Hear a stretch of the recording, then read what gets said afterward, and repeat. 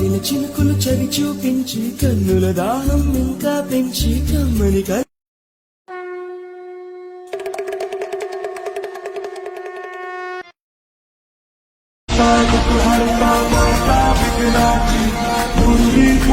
ప్రేమ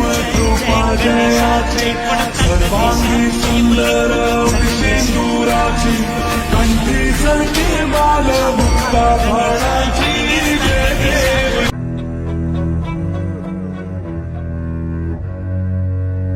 కాలం సాక్షిగా సాగే ఈ పయనం నీ నీడై తోడుండే నా ఈ హృదయం జీవన రాగం కాలమే సాక్ష్యం నీ అనురాగం యుగాలుగా చేనా నా ప్రీతి మారను నీ దివ్య రూపం నా గుండెలో చూడను ఓ కృష్ణ నా ప్రతి అడుగులో నీడై కాలమే చెప్పేను నీలోనే నేనై నీ రక్షణలో నేను సంతం నీ రక్షణలో నేను సంతం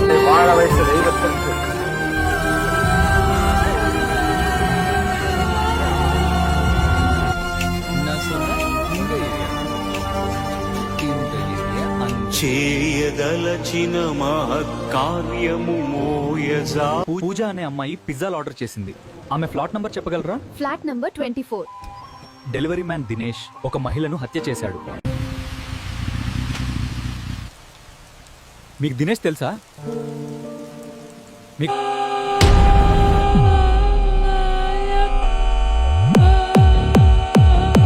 शेर कहते हैं औरंग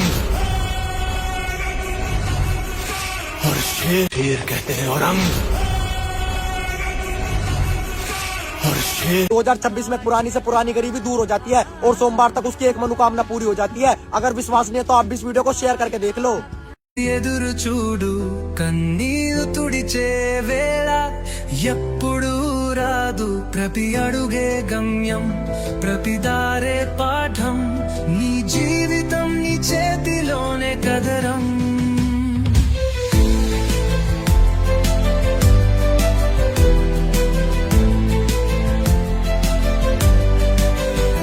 తల్లి మోసిన 10 నెలలు ఓ ఆశ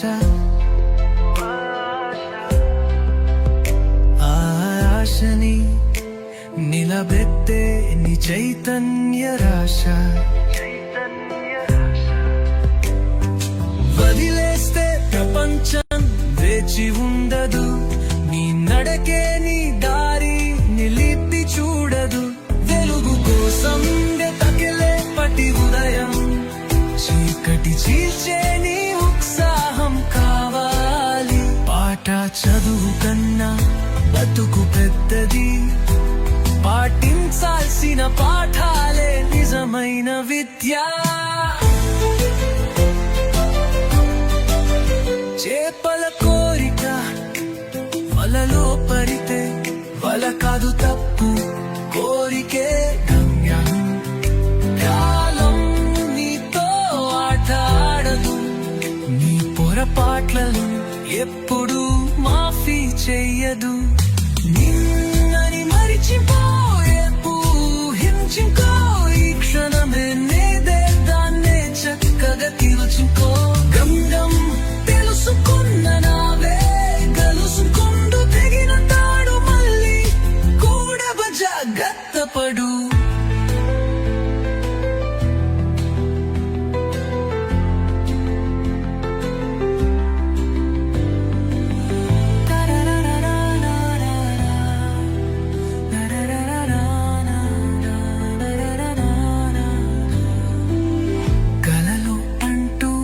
కళ్ళప్పుడు నిద్రలోన బతుకంటే పలపుల్లో పడిన తంకాడు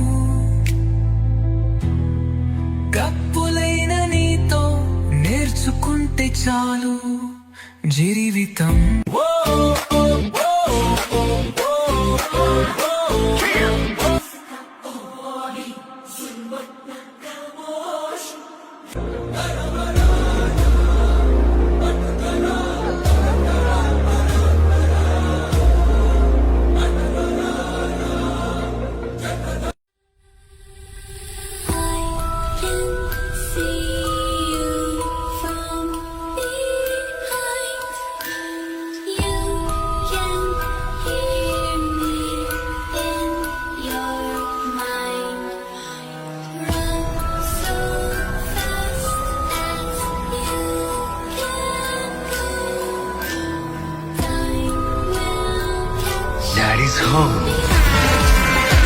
ముక్కలుగా విభజించారు. సౌరభ్ను చంపిన తరువాత మృతదేహం దొరికితే పోలీసులు తమను ఖచ్చితంగా పట్టుకుంటారని ఆందోళన చెందారు. కాబట్టి వారు మృతదేహాన్ని పారవేయడానికి ఒక ప్రణాళికను రూపొందించారు. ముస్కాన్ మార్కెట్కు వెళ్లి ఒక ప్లాస్టిక్ డ్రమ్ను కొనుగోలు చేసి తీసుకువచ్చింది. ముస్కాన్ మరియు సాహిల్ సౌరభ్ మృతదేహం ముక్కలను ఆ ప్లాస్టిక్ డ్రమ్లో వేసి దానిపై సిమెంట్ కూడా వేశారు. తద్వారా మృతదేహం వాసన బయటకు రాదు. ఆ తరువాత వారు ఆ డ్రమ్మును ఇంటి ఒక మూలలో ఉంచారు. ఆ తరువాత ముస్కాన్ మరియు సాహిల్ సౌరభ్ మొబైల్ ఫోన్ నుండి అతని సోషల్ మీడియా ఖాతాలను చురుకుగా ఉంచారు. వారు సౌరభ్ ఖాతా నుండి హిమాచల్ ప్రదేశ్లోని సిమ్లా చిత్రాలు మరియు కథనాలను పోస్ట్ చేశారు. తద్వారా అతను విహారయాత్రకు వెళ్లాడని ప్రజలు భావించారు. సౌరభ్ సజీవంగా ఉన్నాడని మరియు బయట ప్రయాణిస్తున్నాడని అతని కుటుంబం మరియు స్నేహితులను నమ్మించడానికి ప్రయత్నించారు. ఈ సమయంలో ముస్కాన్ మరియు సాహిల్ కూడా సిమ్లాకు వెళ్లారు. తద్వారా ఎవరైనా లొకేషన్ను ట్రాక్ చేస్తే ఎవరికీ అనుమానం రాదు. కాని ఏ నేరస్థుడిలాగే వారు కూడా ఎక్కువ కాలం తప్పించుకోలేకపోయారు. సౌరభ్ కుటుంబం అతనిని సంప్రదించడానికి ప్రయత్నించినప్పుడు మరియు ఎటువంటి సమాధానం లభించనప్పుడు వారికి అనుమానం వచ్చింది. కుటుంబం మీరట్ పోలీసులకు కనిపించకుండా పోయినట్లు ఫిర్యాదు చేసింది. ఈలోగా ముస్కాన్ తన తల్లిదండ్రులకు సౌరభ్ హత్య చేయబడి ఉండవచ్చని మరియు అతని కుటుంబ సభ్యులే అతనిని హత్య చేశారని చెప్పింది. కాని ముస్కాన్ తండ్రి, కాదు బిడ్డా, ఎవరి కుటుంబ సభ్యులు ఎంత కోపంగా ఉన్నా తమ కొడుకు కోసం అలాంటి చర్య తీసుకోలేరు. బిడ్డా, నాకు నిజం చెప్పు, సౌరభ్ ఎక్కడ ఉన్నాడు? నాకు నిజం చెప్పు, నేను ఎవరికీ ఏమీ చెప్పను అని అన్నాడు. అప్పుడు ముస్కాన్ తన తండ్రికి తాను మరియు సాహిల్ కలిసి సౌరభ్ను చంపినట్లు చెప్పింది. ఇది వినగానే ముస్కాన్ తండ్రి పోలీసులకు మొత్తం విషయాన్ని తెలియజేశాడు. పోలీసులు వెంటనే ముస్కాన్ మరియు సాహిల్లను అరెస్టు చేశారు మరియు సౌరభ్ మృతదేహపు ముక్కలు ఉన్న ప్లాస్టిక్ డ్రమ్ను కూడా స్వాధీనం చేసుకున్నారు. ఆ ప్లాస్టిక్ డ్రమ్మును కోసి సౌరభ్ శరీరపు ముక్కలను వెలికితీశారు. ఈ భయంకరమైన హత్య మిస్టరీ హంతకుల అరెస్టుతో ముగిసింది. పోలీసులు ముస్కాన్ మరియు సాహిల్లను అరెస్టు చేశారు. వారిద్దరిపై హత్య, కుట్ర మరియు మృతదేహాన్ని దాచిపెట్టిన తీవ్రమైన ఆరోపణలు మోపబడ్డాయి. స్నేహితులారా, ఈ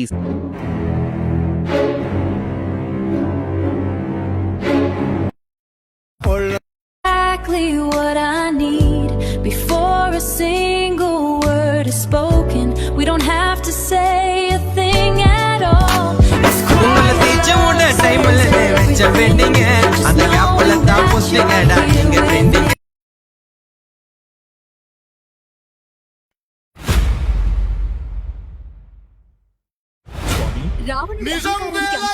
నేను మనుష్య రూపంలో అవతరిస్తున్నాను. రాముడై